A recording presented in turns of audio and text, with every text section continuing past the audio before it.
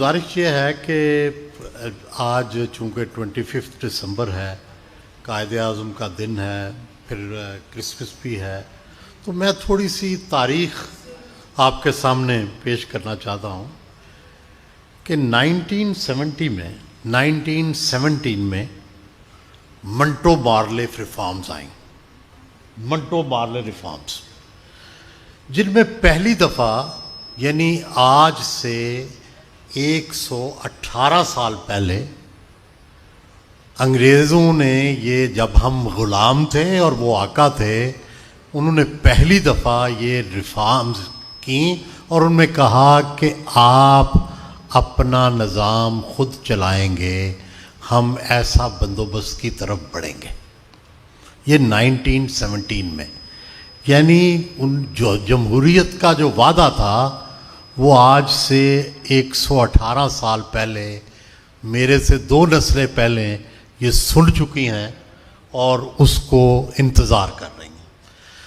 دوسری بات میں یہ کہنا چاہتا ہوں کہ 1919 میں صرف 2 سال بعد رولٹ ایکٹ آیا، جس کو بلیک لا کہتے ہیں۔ اب اس وقت 2 رد عمل سامنے آئے۔ ایک رد عمل یہ سامنے آیا کہ قائد اعظم محمد علی جناح لیجسلیٹو اسمبلی کے منتخب رکن تھے اپنے علاقے سے، جی، تو قائد اعظم نے 1919 کے بلیک لا پہ ریزائن کر دیا کہ اب اس اسمبلی میں بیٹھنے کا فائدہ نہیں ہے۔ اور دوسرے بڑے لیڈر مہاتما گاندھی تھے، انہوں نے ستیہ گرہ یعنی عدم تعاون کا اعلان کر دیا اور تحریک بنا دی۔ اب وہ بلیک لا کیا تھا؟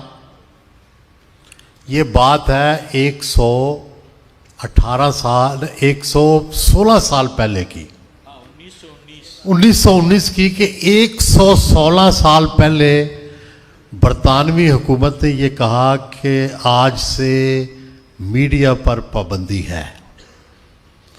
انہوں نے یہ کہا کہ آج سے ٹرائل عام کورٹ میں نہیں ہوں گے، اسپیشل کورٹ میں ہوں گے۔ انہوں نے یہ کہا کہ اسپیشل لاز جو ہے وہ امپلیمنٹ ہوں گے اگینسٹ دی اسٹیٹ، جن کے بارے میں فیصلہ کرے گی۔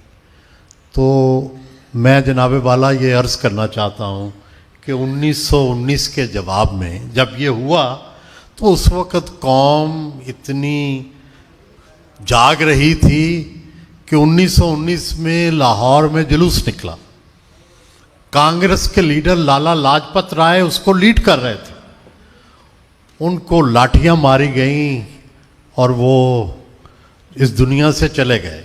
اور لالا لاجپت رائے کون ہے؟ جنہوں نے گلاب دیوی ہاسپٹل لاہور میں، اب بھی سب سے بڑا ٹی بی کا ہاسپٹل ہے، وہ بنایا، وہ یہی موجود ہے لاہور میں۔ مہاتما گاندھی نے اس کا افتتاح کیا تھا۔ خیر، یہ لاہور میں واقعہ ہوا 1919 کے لا کے بعد۔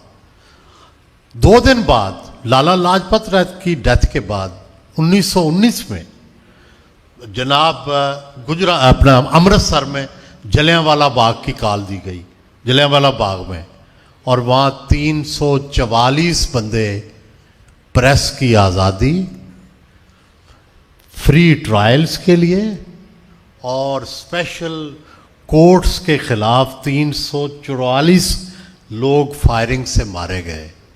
سارے اسی پر اکتفا نہیں، 2 دن بعد گجرانوالہ میں جلوس ہوا، جس پر پوری ہندوستانی تاریخ میں پہلی بار جہازوں سے بمباری کی گئی۔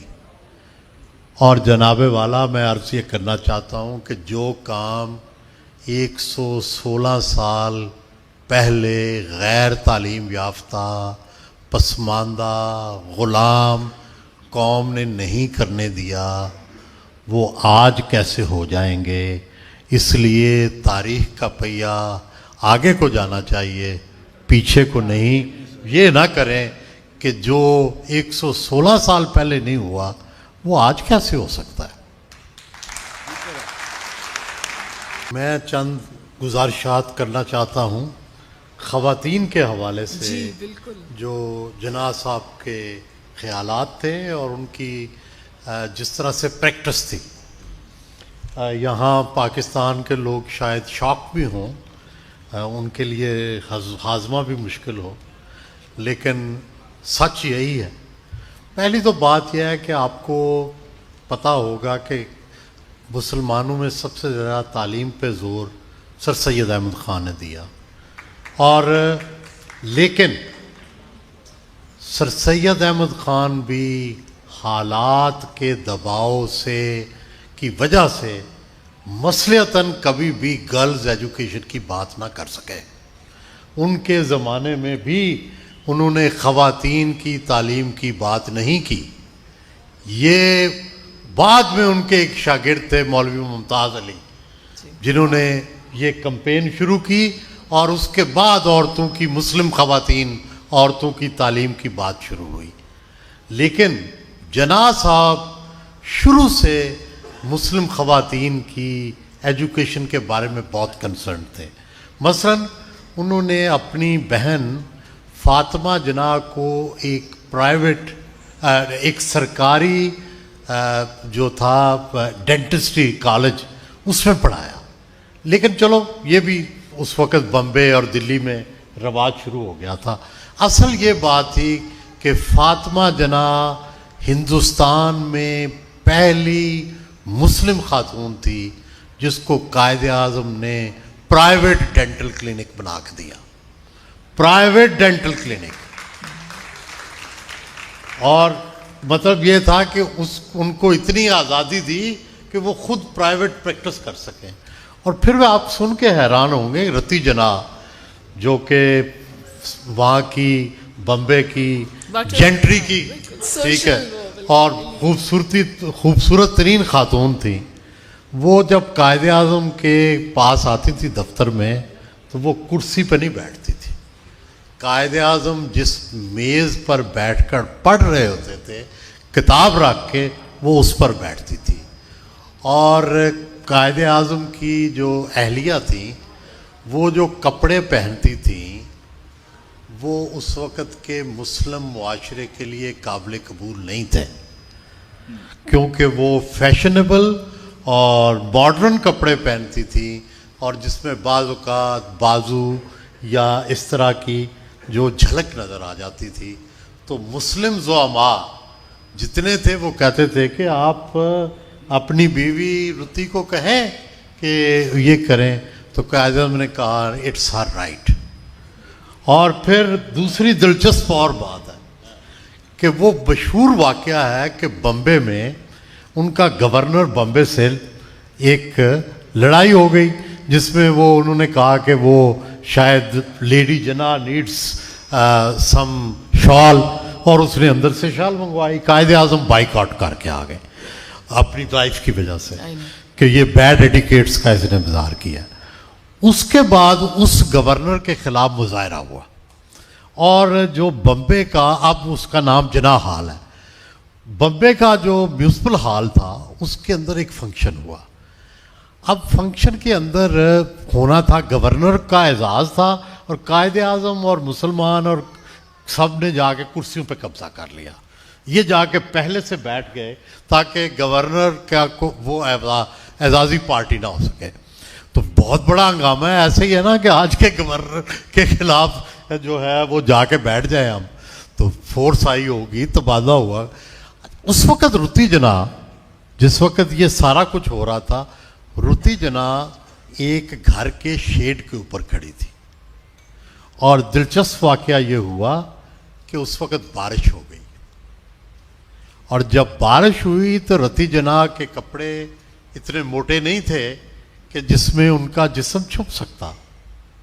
تو بعد میں قائد اعظم کو اس کی بھی شکایت لگائی گئی کہ جی رتی جناح دیکھیں کس طرح سے بارش میں بھیگتی رہیں اور مسلمانوں کا امیج خراب ہوا.